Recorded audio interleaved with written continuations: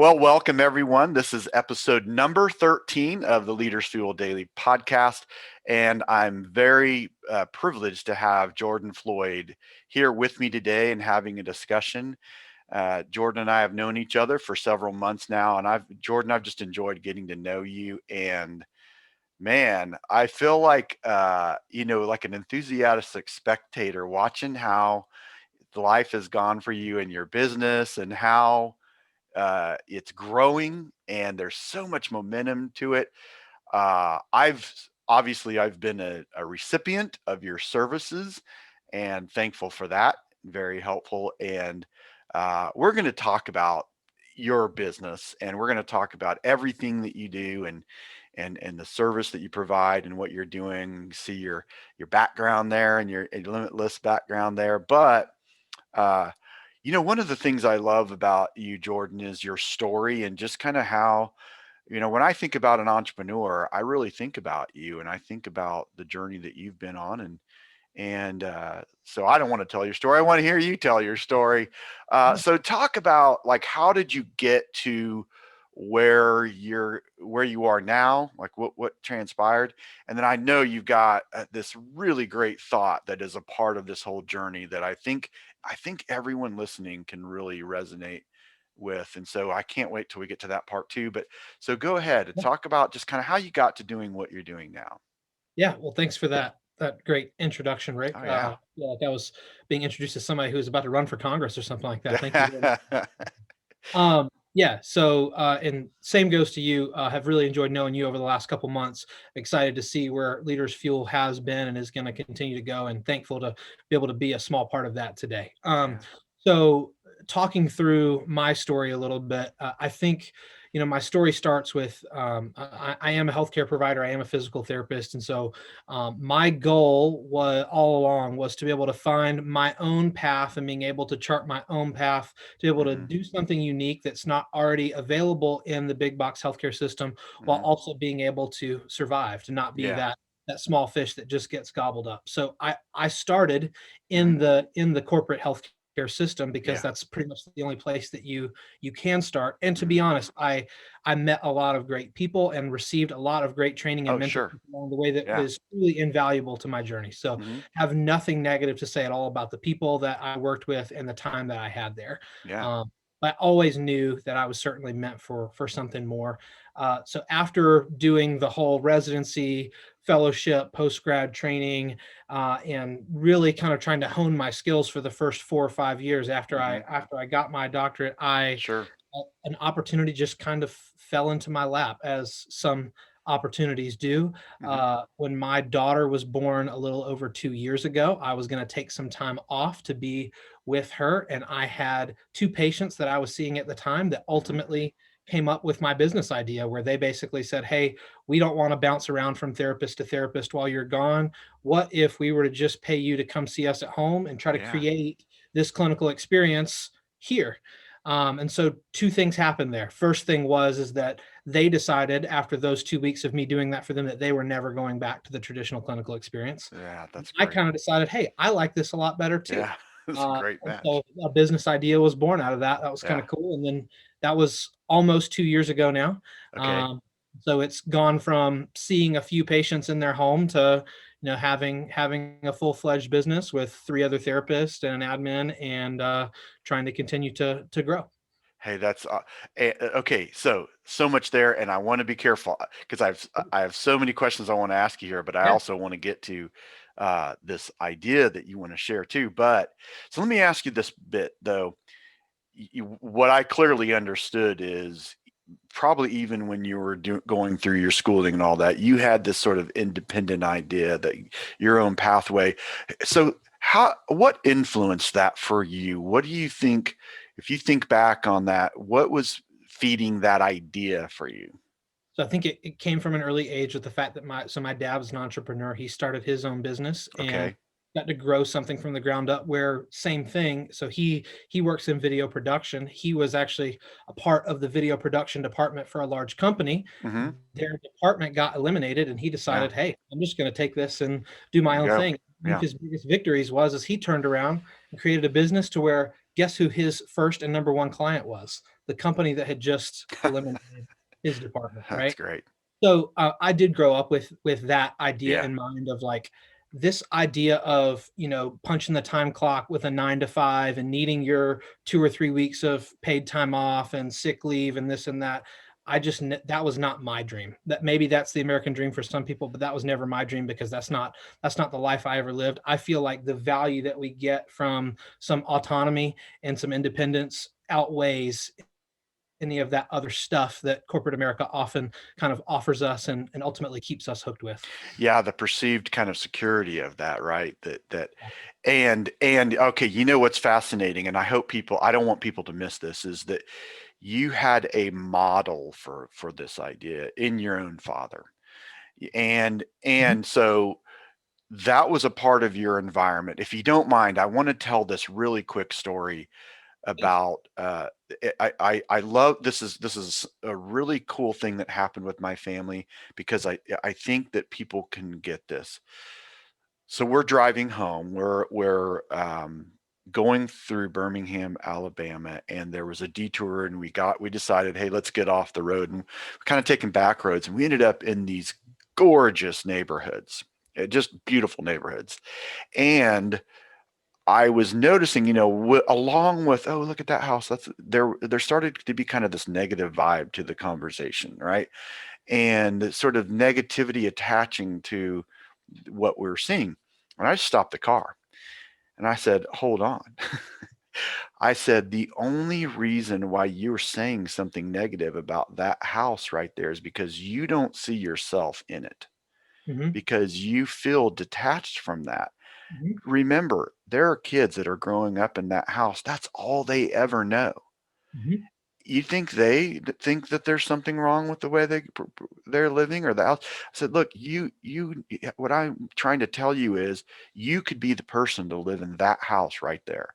There's nothing stopping you.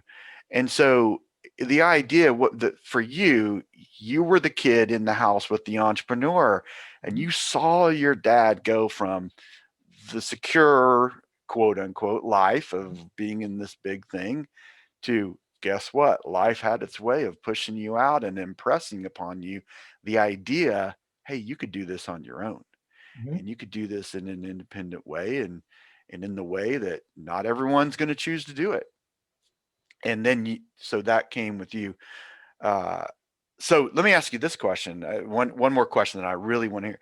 So one of the things that I've seen is a person like yourself, you go through a tremendous amount of training to be able to do what you do. Hmm. And while it helps you to know about in your case, physical therapy, right? It doesn't necessarily prepare you to run the business of the physical therapy. Not at all. So, I have a brother who's a lawyer, has a law degree, and he was explaining to me, not only did they not help us to understand how to actually practice law, I didn't even know where to sign up for the bar exam when I was done with my schooling. And I think that's a fairly universal thing. I'd like to hear your experience with that and just your thoughts on that. Yeah. So you're 100% correct. And I'll even take it back a step further of saying Sure. they don't even really make it much of an option or an idea that you would start your own practice. It's Yeah. more of you're going to learn these skills so that you can go join the big system over here and become a cog in the wheel, Yeah. right? For Yeah. lack of a better word. So the reason that training isn't happening is because that's not even a part of the Right.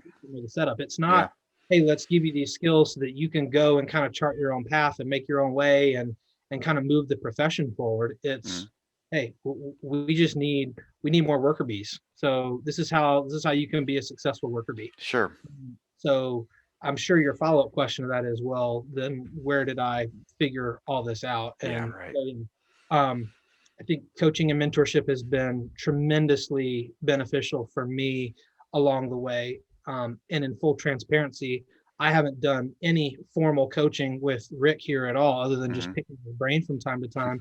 I have had some industry specific people that have helped me tremendously. Yes. But I will say it's been amazing to see people who have walked kind of parallel journeys with me, and that they Hmm. have um, taken the leap around the same time I have. Hmm. And I feel like one of the major differences and again, not that we feel like we need to compare one another's success, but one of Right. the major differences in our journey is the fact that I saw the value in investing in mentorship and coaching early on Yeah. because I needed somebody who could have the telescope and actually look and Yeah. see some of the stuff that was ahead while I was just bailing water on the ship, just trying to keep us afloat. Yeah. I think that was immensely beneficial and Hmm. honestly something that I will continue to invest in probably for the rest of my professional life. Yeah.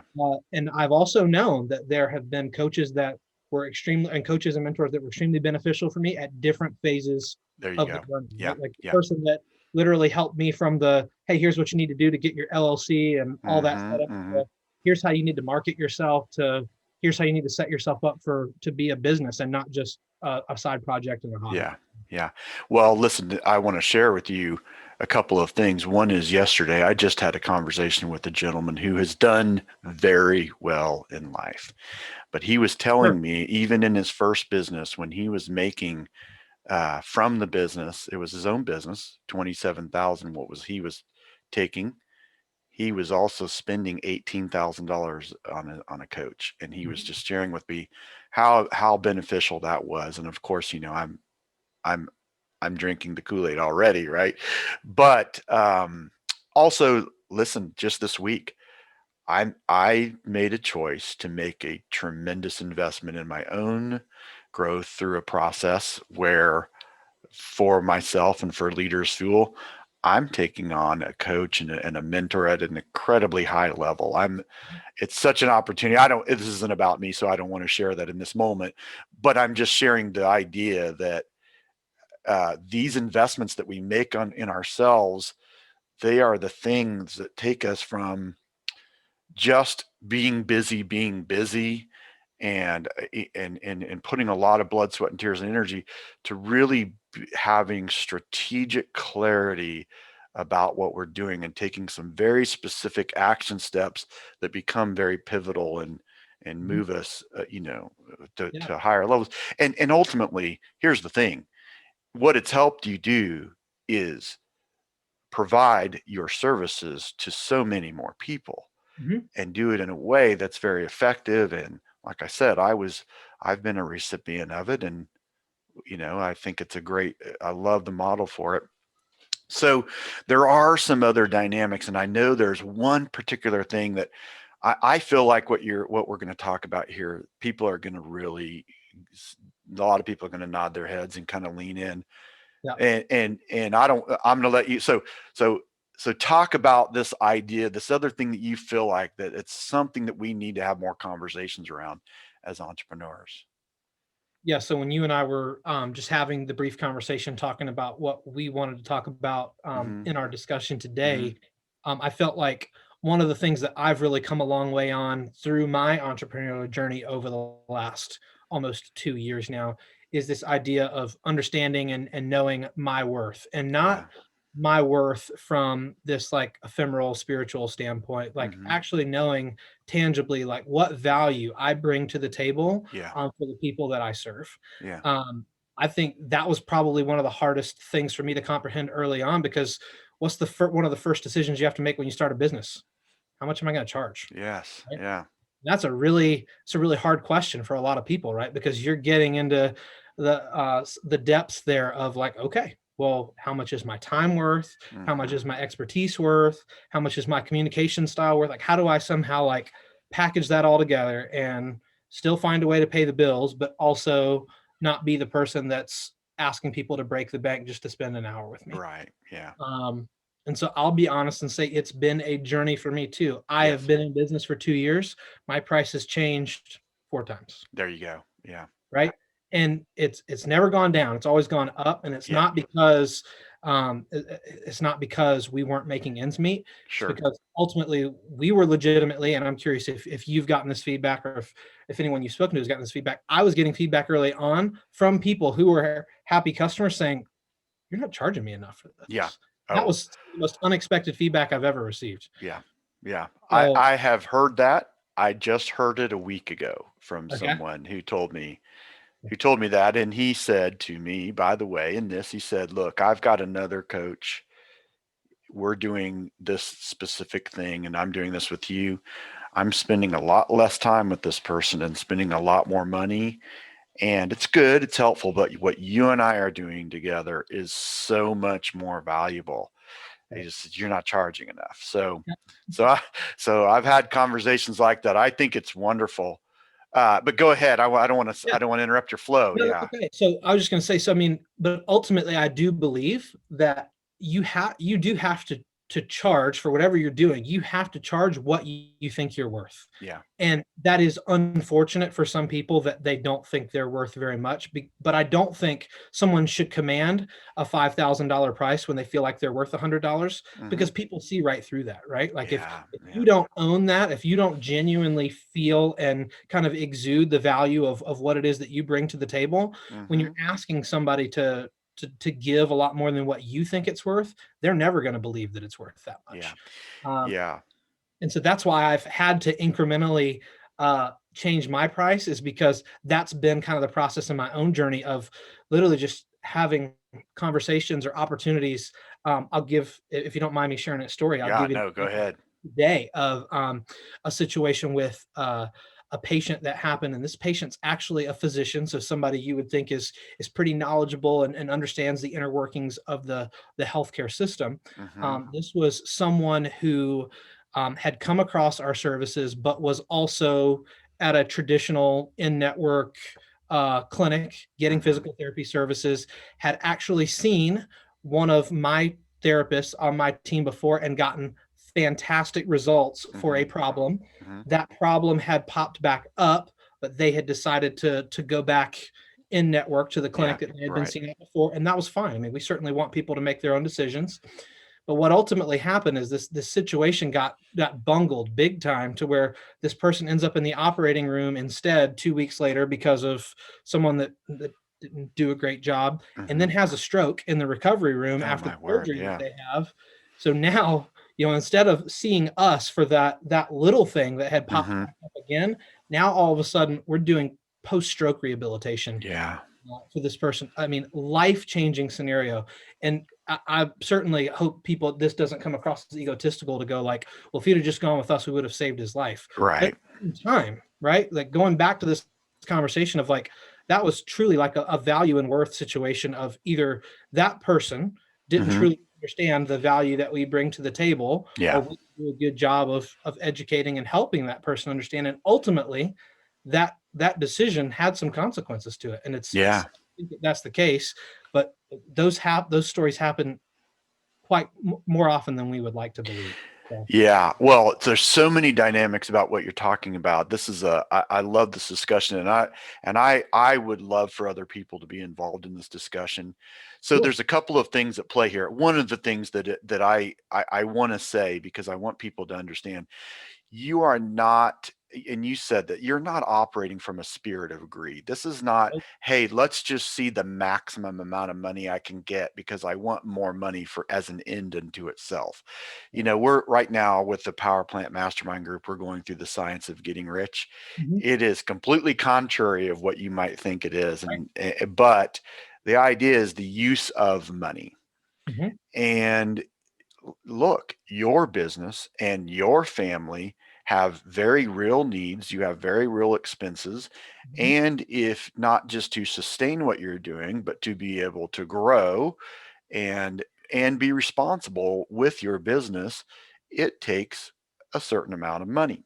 Right. So there's the real needs of that. So we're not, and again, as you rightly said, you're not just speaking about your ego, but I think it's wrong for us to deny that our feelings get involved in this. And so let me tell you some things that I've learned. One great thing I've learned is we can often be the worst person to decide what our prices should be. Mhm. And we know this because you and I have had the same journey, and I bet there are hundreds of other people out there, is your prices start here, and then they Mhm. go here, and then here, and then here. Look, I know what I'm charging today is not what I'm going to be charging in the future. I know that. Right. So there's a few things in place, but the idea is that you let your clients and your customers tell you when it's time to increase your fees. Right. And, if I'm in a retail business, for example, I'm going to do that by doing an incremental increase. Sales drop off. Well, net effect, what was the net of that, right? Right. But if I do, this increase and all of a sudden sales plummet, well, that was a bad net effect. My customers told me that they Right. don't perceive. But if I do a big increase and sales stay the same, well, clearly I wasn't charging enough for what I'm doing. And also, I hope people will hear this. What I've learned is if you're actually doing something of value and if you don't believe, then let's have a conversation, okay? I can help you with that. But when you really understand that you are providing something of value, what's really happening a lot of times is not anything to do with the value of what you're providing. And it certainly has nothing to do with your personal worth as a human being. Right. Oftentimes, however, regardless of what your fees are, it has everything to do with the readiness of the individual. Yep. Okay. So what I've experienced is that there are plenty of times that in this moment, that individual is not ready for this right Yes. now. 100%. But that's okay, because guess what? I've seen plenty of those people come back around, Mhm. and it's a moment of readiness, and it can be all kind of things. You mentioned, for example, hey, I've had different coaches at different times for different things. Well, you had a readiness for exactly that help at that time. Right. It had nothing to do with the value of any of those people comparative to the others. Right. It's just that in that moment. So there's that understanding. Now, I think also there is credibility and notoriety that goes with it. I mentioned that I've made an investment. Well, look, I'm making an investment with someone that I has been a mentor of mine from a distance for a long time and has done major things. So I need no more convincing about this person's credibility, Right. Right. right? I don't need a couple of sessions to go, is this worth my dime, right? Right. Right. So there is that where we're willing, and there are people that do what I do that for smaller amounts of their time, they get paid what a lot of people would make in a year. Mhm. So there is what I'm saying is there is a pathway that people go along, and I'm not suggesting that we all are trying to reach this fame where we just make tons Mhm. of money just for showing up and breathing the air. Mhm. It's not like that. It's just that understanding that this is a journey that you go on, Mhm. and your credibility over time increases, and it does happen that your prices increase, and the cost of your business Yeah. increases. You have more Mhm. people, and Mhm. so I think so so those are the facts. Yeah, go ahead. I was gonna say, I think so we talked about this knowing your worth part. I Mhm. think your understanding of your worth evolves as you actually understand what it is that you're selling, right? Yeah. That's Yeah. actually been what has ultimately changed my approach to price. And the Mhm. example I can give is like uh, Carowinds versus Disney, right? Mhm. Mhm. Why would people pay 3 or 4 times what they would pay to get into Carowinds to go to Disney? Yeah. Well, it's not that the Disney's roller coasters are faster. It's not Right. that their funnel cakes taste better. It's not that any of that kind of stuff. It's because Disney understands that they are selling an experience, Yes. right?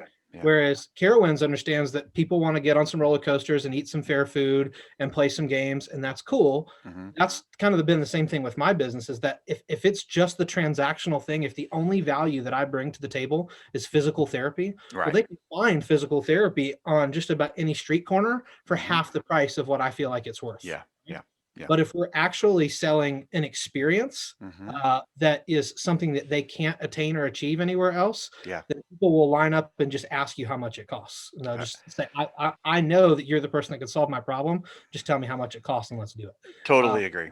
so that's I think that has been kind of a marker of this journey too. Is not that my service has all of a sudden become more valuable. It's that Mhm. I've understood that the worth actually comes from what it is that we're actually bringing to the table, and it has nothing to do with what I can do with my hands or the exercises that I can prescribe or any of that kind of stuff. It's the actual experience that it looks Yeah. like to work with us versus some other big box setup. That's what. That's wonderful. And and if a person takes the time to do all of the real math, and when Mhm. they look at the fees that they would pay you, and they look Right. at what the all-in cost is of going to the big box store, Mhm. they're actually coming out on a better end by paying you. Right. Oh yeah. And there is the element of, an ounce of prevention is worth a pound of cure, right? 100%. So services like yours are, I've been fortunate to have been under chiropractic care, for example, my entire life.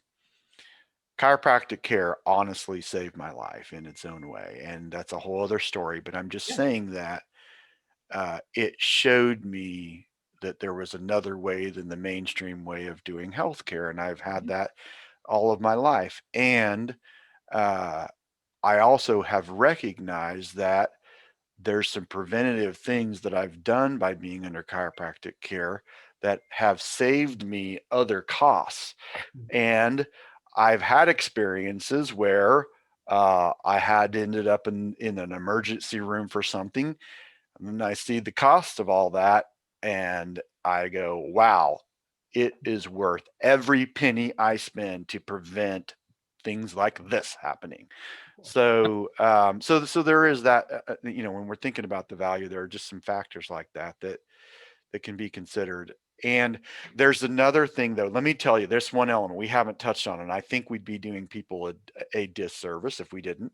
Yep. And that is this. And I have to say, this is kind of what I'm pressing into right now, and that is this: people pay attention to what they pay for. Hmm. And that is just there's a real thing about it. I think it's a great thing. It's not a negative thing. It's just that when we have some cost in something, we have more buy-in, really buy-in.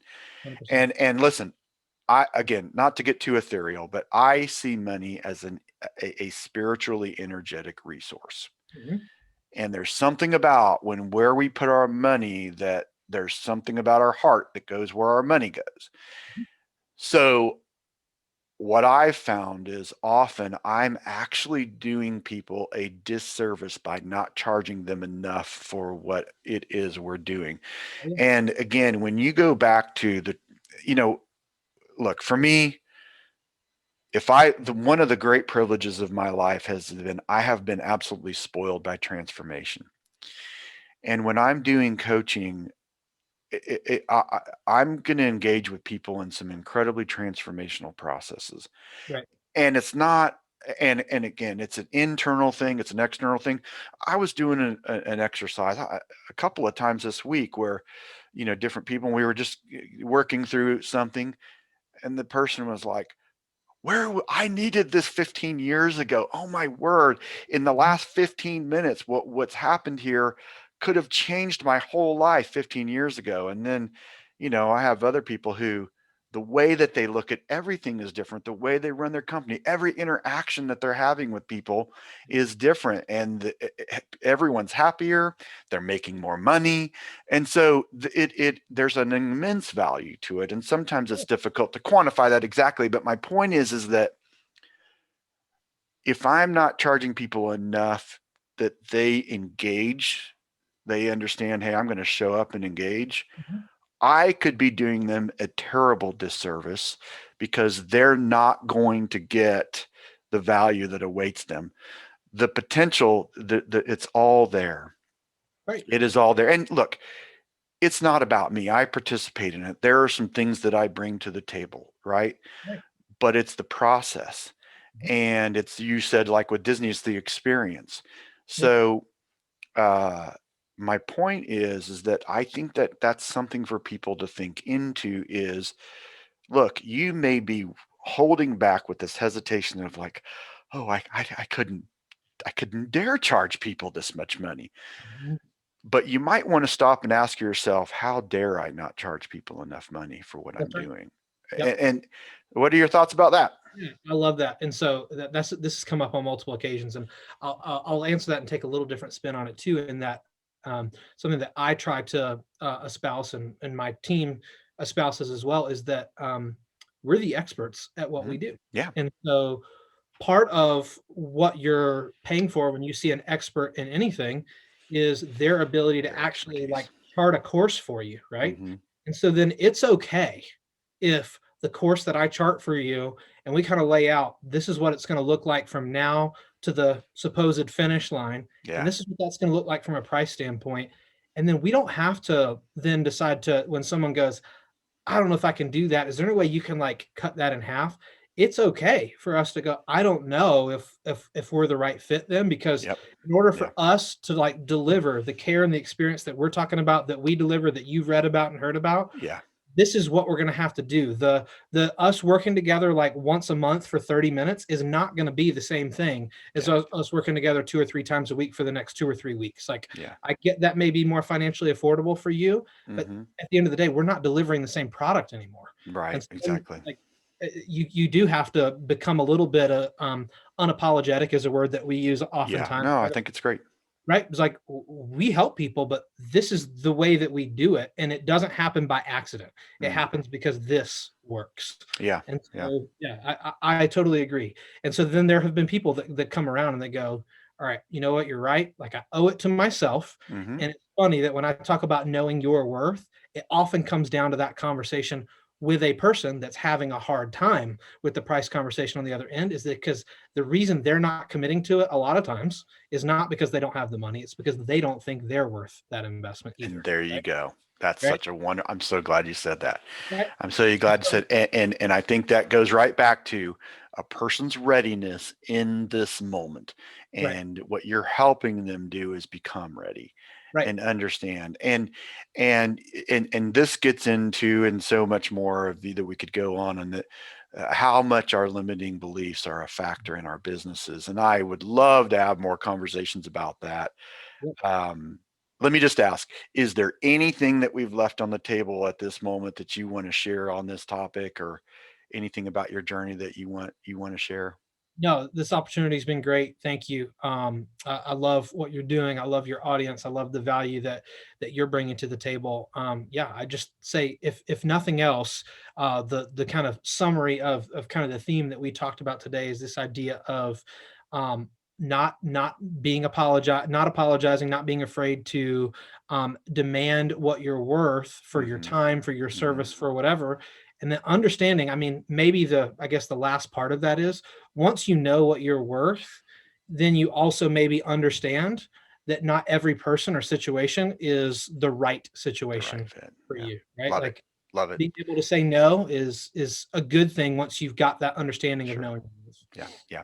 Outstanding. Well, thanks for all of that. Now, okay, I want to hear, again, I mentioned Limitless, and Mhm. we know you're doing physical therapy, but tell us all about your business and what you do, and what do people need to know about what you do?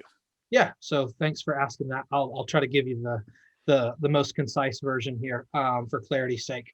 So my company is called Limitless Therapy and Wellness. Hmm. I am a part of a team of 5 now. We are all licensed physical therapists, but we have tried to attack this idea of the outpatient physical therapy world. We try to take the bull by the horns and change things a little bit. So here's how it's a little different. So the first and maybe most unique part about what we do is that we certainly bring our service to people's doorstep. So Hmm. whether that is at their actual home or apartment, whether that's meeting them at the gym, whether that's meeting them at the golf course, the tennis court, whether that's Hmm. meeting them at their private office. One of the most common objections that I found clinically to actually getting someone to be able to complete a course of care was this idea of life getting in the way, right? Yes, of How many course. times that get in the way in other aspects, right? And so I certainly wanted to try to provide a way to where that reason or that excuse was no longer something that was on the table, because we have people that, yep, we meet them at the tennis court one day and then their office the next time, and then the gym the next time, and then we see them at home while their kids napping the next time. We do whatever it takes to make sure that people get the care that they so desperately need. Hmm. And the other part of that is that we are a concierge practice, which just means that we work for our clients directly. Yeah. There's no one else with their hand in the pot or no one else steering the ship. So we don't have to operate under a physician's order. We don't have to work under the corporate healthcare system that tells Hmm. you how often or how long or how many visits or anything like that. We get to contract directly with our patients and create a plan of care that is going to help them get to their end point in the journey, their goals, regardless of what anyone else would like to have to say about that. And Yes. then they can make an educated decision going forward about being able to partner with us in getting there. Nice. Well, it's great stuff. It's such a wonderful model, and uh, I see that the need for this is not going to diminish or go away. It's only going to increase. And I also think that there's something about someone who's been on an entrepreneurial journey for a while. There is a certain healthy kind of independence that people have, and that means that, again, there are great times to be in, you said the term big box, and to be in systems like that. Mhm. But just the very idea that there might be another way to do this, Right. I think the people that are on the entrepreneurial journey have seen that play out in their lives over and over again. And I think they tend to be very open to doing things that Mhm. aren't the traditional big box way of doing things. And so, Right. look, my hope and prayer is that people are going to listen to this and they're going to be clamoring to find your contact information, Yeah, which for I'm sure. going to include. It's going to be Yeah. all on here. People are going to Yep. have a Yep. way to get a hold of you, and that it'll just be a massive benefit to you and to the people that need your services. So I Awesome. appreciate you for that, and thanks for being a part of Leaders Fuel Daily. Yeah. Thanks, man. Very much.